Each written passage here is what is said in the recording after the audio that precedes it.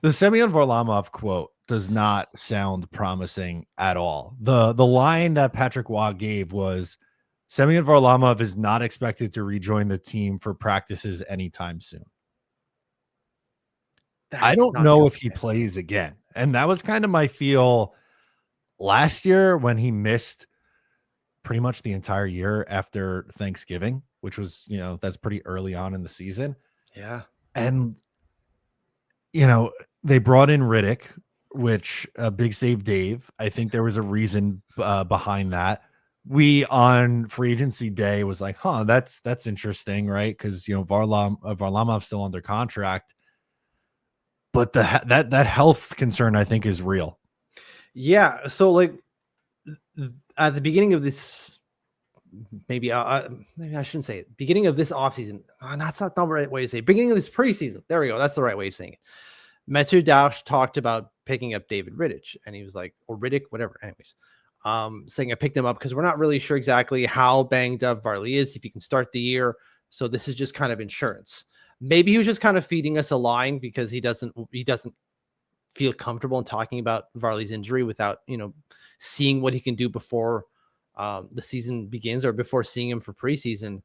But it's clear they got a sight of him at preseason and we're like, you're not able to play. He's able to put on skates, right? We saw him at the skate in for like media day and stuff. So he could put all the stuff on, but he's not well enough to play. And not being able to join the team for practice anytime soon, obviously that could mean anything. But Patty's not saying that if he's like 2 weeks out. I don't think. No. That to me, anytime soon is like this is months away, if at all. Yeah. Which that really stinks for a guy who still has a year left after this one that cannot be buried in any way. We can't get rid of it in any way. That sucks.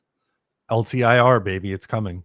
Yeah, that's the only way we can do it. Like we're still how much? Yeah, $2.5 million worth of cap space is what we've got. So that would free up around $5 million worth of cap space. Not that we're in sort of dire straits to need it. Like no. I don't think we're going to pick up anyone that in a $5 million price range because we've got a bunch of those.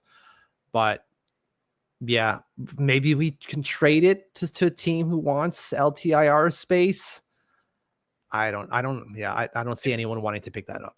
I don't either. And I just honestly, I don't feel confident that he's going to return. And especially at his age too. Like this isn't a guy who's, 28 years old and had a season ending injury last year. He's 37 and hasn't played in almost a year. It's going to be a year in 2 months. Yeah, no one's going to want that. I understand Edmonton is desperate for goalies who can stop pucks, but like they can stash them on LTIR. They've got, at least according to cap wages, which isn't entirely accurate, $225,000 worth of space. Maybe he comes back from that injury and at some point they're like, hey, you can stop pucks. Let's go. I doubt it. That's wild copium and wishful thinking on my behalf. And that would be the only place I can see wanting Semyon Varlamov just because of that space. Otherwise, he's not going nowhere. No. Which, yeah, it's just going to be LTIR space for us for a little while still. It is what it is. Not what you want to hear from Semyon Varlamov. And then there were a couple other injuries too. Anders Lee, upper body, 1 to 2 weeks. He's going to skate on his own tomorrow. So that makes me feel like it's not anything too serious. And they're kind of just being precautious. And Siplikov is day to day. Yeah. So not really sure what happened with Siplikov, but this is the time to have day-to-day injuries. Whatever. Something happened.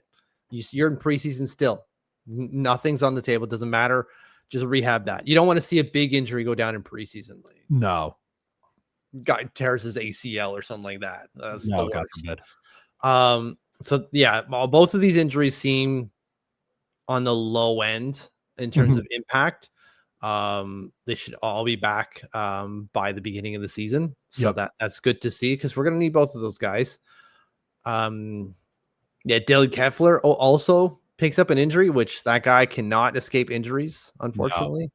No. Not that he factors into the NHL roster. It's just you like to see these guys start developing and picking up an injury for a guy who had one last year. You're like, come on, man. It's just you can't catch a break.